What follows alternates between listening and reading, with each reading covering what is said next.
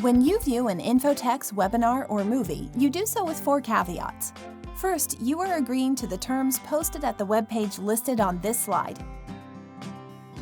Second, our lawyers want you to know that what infotex presents is often time-dated or about new trends, regulations, or guidance, and therefore we cannot provide this material with any warranty whatsoever.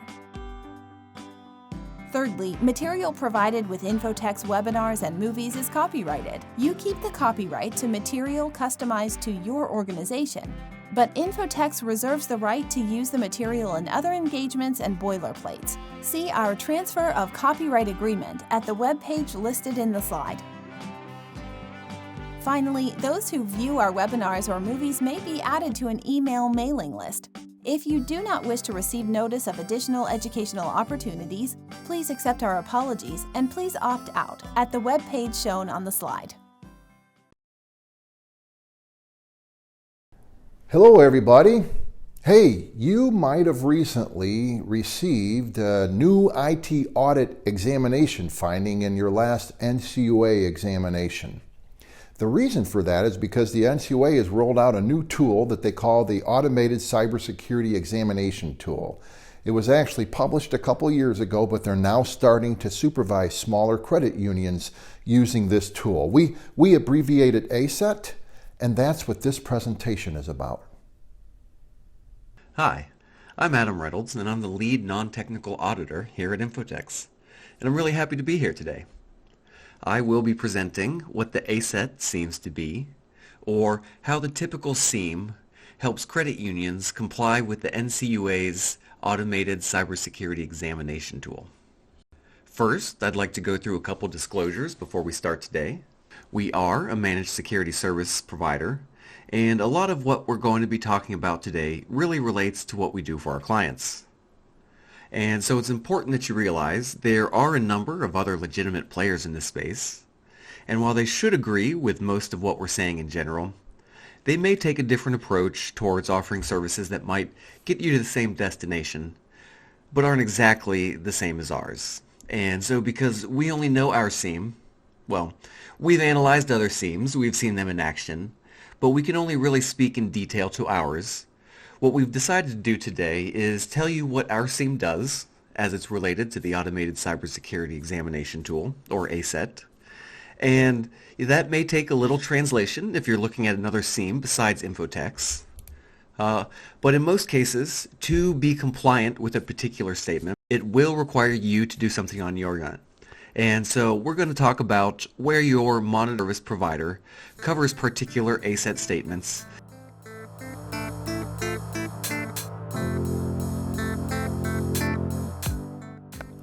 All right, now that we have the disclosures out of the way, what we want to talk about next is how the SIEM that Infotex provides has helped credit unions, comply with the Automated Cybersecurity Examination Tool.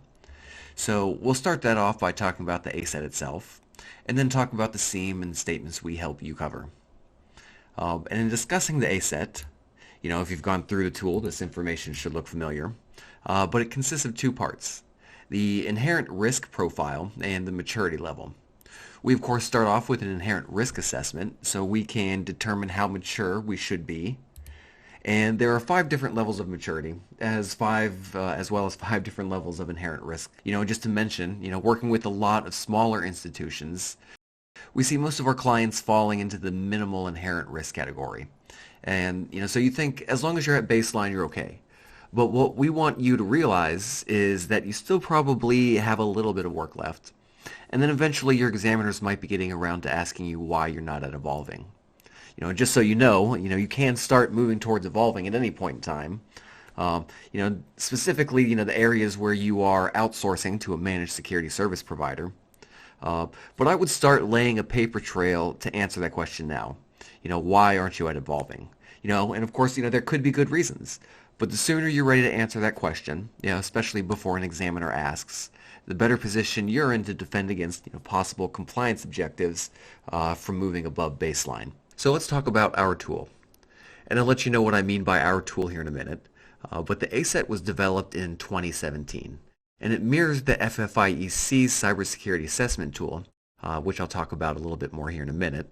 But in 2018, the NCUA began using the ACET to assess credit union cybersecurity maturity.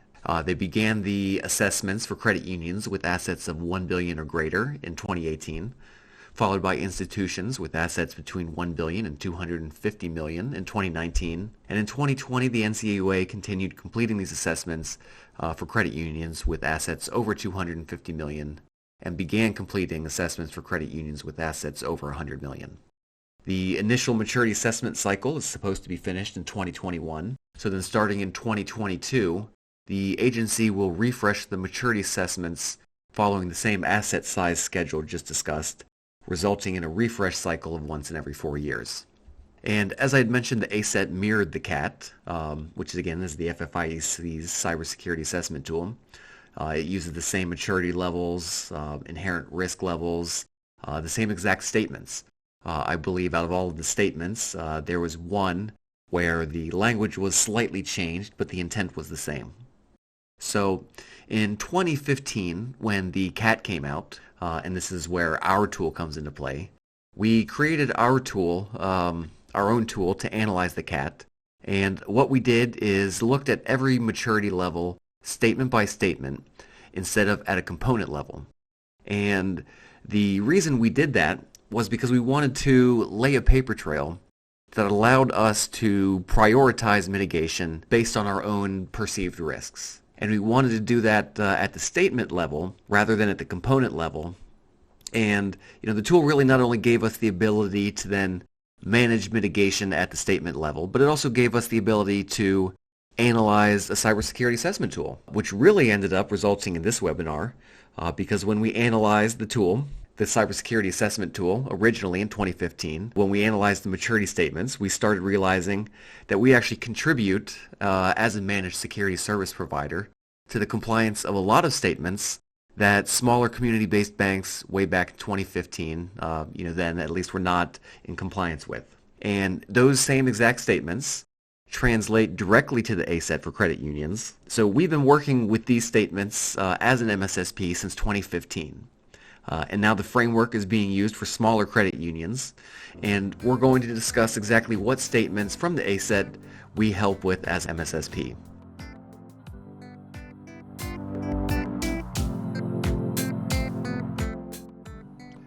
Okay, so what you're looking at now is our spreadsheet tool. It analyzes statements in the ACET where our SIEM helps in some way. And I'll be coming back to explain this in more detail shortly, but these are numbered as they appear in the ACET by domain, factor, component, and then of course the statement. Let's first filter down to the baseline statements. That's where our focus will be today. And we currently have a number of hidden columns. Let me unhide those real quick. And of course, there we go. So what this shows you is that, of course, every statement is going to tie back to a component, a factor, and then a particular domain. And the main thing to know here is that in order to be in compliance with the oversight component of the governance factor in the first domain, you need to have all of these statements in order to be at baseline. There are 5 statements in this example.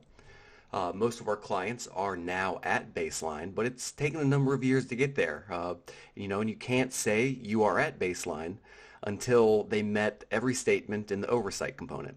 Every statement and every component of every factor in all 5 domains. And we have really been able to reduce that burden as a managed security service provider by helping, in some way with a lot of these statements. So let me just rehide those columns real quick because that's really reduces it down to what we're going to be showing here today. And what that is how we, as a managed security service provider, can assist you in particular statements to meet different levels of maturity. Again, baseline is what we'll be focusing on here today, but I will be discussing how we can help, do help, and cover various statements, which I'll explain what I mean by that here in a minute. So back to analyzing the statements. Now don't forget, most of this still requires cooperation from the credit union's technical team. So just remember, something I want to make sure you realize is that there is a mutual reliance whenever a SIEM is involved. In other words, the way infotex defines this, we say a SIEM is that which facilitates the mutual reliance between three teams in a credit union.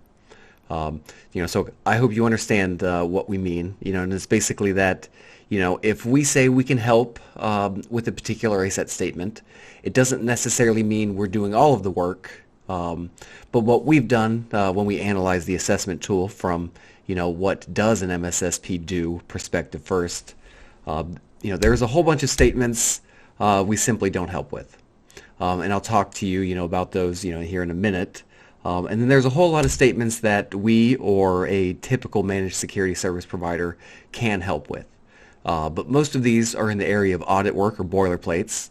We do offer a lot of boilerplates to our managed security service clients and that sort of thing.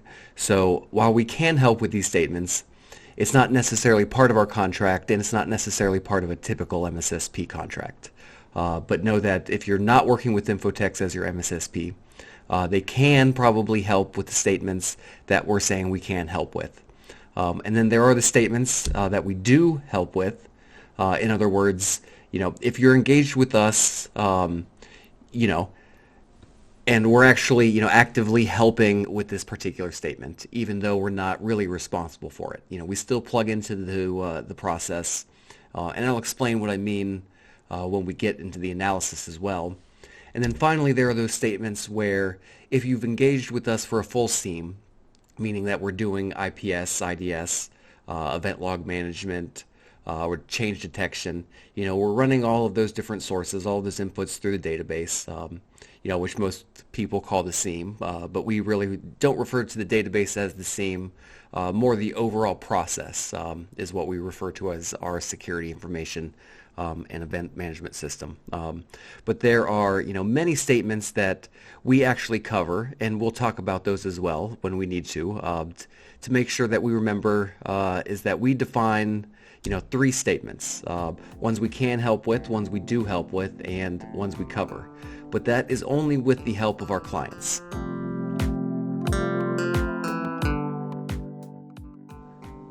All right, now we're going to move on to the SIEM.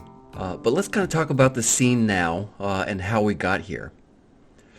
So what happened back in 2015 when the CAT was released? 2016 running through it, 2017 everybody was starting to understand the process, and we ended up drawing a security monitoring architecture like this that basically establishes that your managed security service provider, through the use of IDS, IPS, event log management, change detection, etc. There's a lot of ACET statements we're really helping to cure. A lot of these statements, if you look at what the tech team in a financial institution was doing, before they engaged with their managed security service provider, they weren't getting many of the ACET statements correct. Like if you look at it, it's a little hard to see, but there's 7 statements outside the bubbles of managed services and IDS, IPS. So there's 7 baseline statements secured by what we're already doing, whereas, there's a whole bunch of baseline statements that were cured by, the managed security service provider. So we're taking a look at the spreadsheet again, and first of all, if you'll notice, hopefully everybody can see this, but there's a number of statements throughout here where there's going to be nothing to the right of the actual statement, something we can't help with. Designated members of management are held accountable by the board or an appropriate board committee, etc. We really can't help there as a managed security service provider at all. And that's what the board does. They're responsible for that. So we're not going to be able to help at all, but if we do filter down, these are just the ones in the we can help column. You'll see our SIEM can help with a whole number of statements just in, domain 1. Let's take a look at number 31 here. The institution has policies commensurate with its risk and complexity that addresses the concept of incident response and resilience. Well, how does Infotex help with that?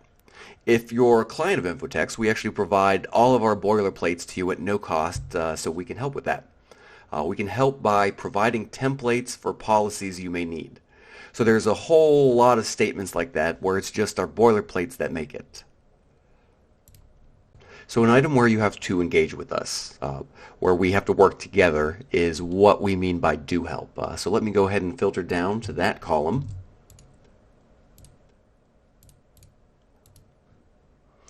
And here's a great example. There's really only one statement in the first domain, cyber risk management and oversight, where we do help. Organizational assets are prioritized for protection based on the data classification and business value. That's something you've got to do. We don't do it for you. But during our tuning period, we're actually helping you create a paper trail as to what you're not going to be watching. You're using an organizational asset prioritization method. And so most of our clients, when we're completing this process, see how this is fulfilling that statement. And if they have not previously addressed that item, they can take that to their auditors to fulfill the requirement for that statement. So we do help with that. It's still mostly your work, right? But you still have to tell us which assets, you want to watch, which ones you don't, etc. And we help you with the prioritization by doing a little network criticality analysis. And, just so your examiners, your auditors, might want you to go above and beyond what we're helping you do. But we do help with that particular statement, so that's just kind of an example. So let's just jump down here. I like going down into the fourth or fifth domain because we have a number of incident response stuff there. So let's find a good example. 432. Scenarios are used to improve incident response detection. And a lot of people are trying to interpret, what does that mean? And what we're basically saying is that, many of our clients use us to facilitate incident response testing. We actually include that in a lot of our managed security engagements.